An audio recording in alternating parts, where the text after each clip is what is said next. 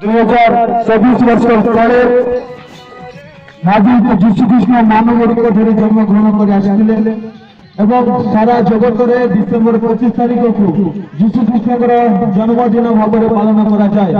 যীশুখ্রিস্ট कहीं जगत मध्य जन्मग्रहण कर जानते कि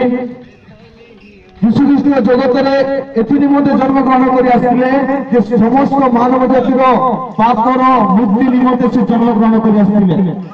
बाइबल शास्त्र प्रकाश करे যীশুখ্রিস্ট प्रत्येक मानव जाति को प्रेम करती से केवल गोटे कम्युनिटी पाई आसी नथिले गोटे दलर लोक पाई आसी नथिले किंतु शास्त्र प्रकाश करे सारा जगतर लोक मानक निमंते से आसिले समस्त जगतर लोक मानकर पाप को क्षमा करिया पाई आज 2024 वर्ष तले से जन्मग्रहण करि आसिले से आसिले से जन्मग्रहण कले जगत मध्य रहिले मृत्युवरण कले हमर पाप निमंते पुरी तृतीय दिवस रे पुनरुत्थित हेले अर्थात मृत्यु जीवन प्राप्त हेले पुणी स्वर्ग रे जीवित अवस्था जाइए समस्त माँ बापा भाई भाई मान को जन देवा चाहे शास्त्र प्रकाश करे यीशु यह कहती जे যীশুখ্রিস্ট विश्वास करेंगे से विनष्ट हेबे नहीं से अनंत जीवन प्राप्त हेबे।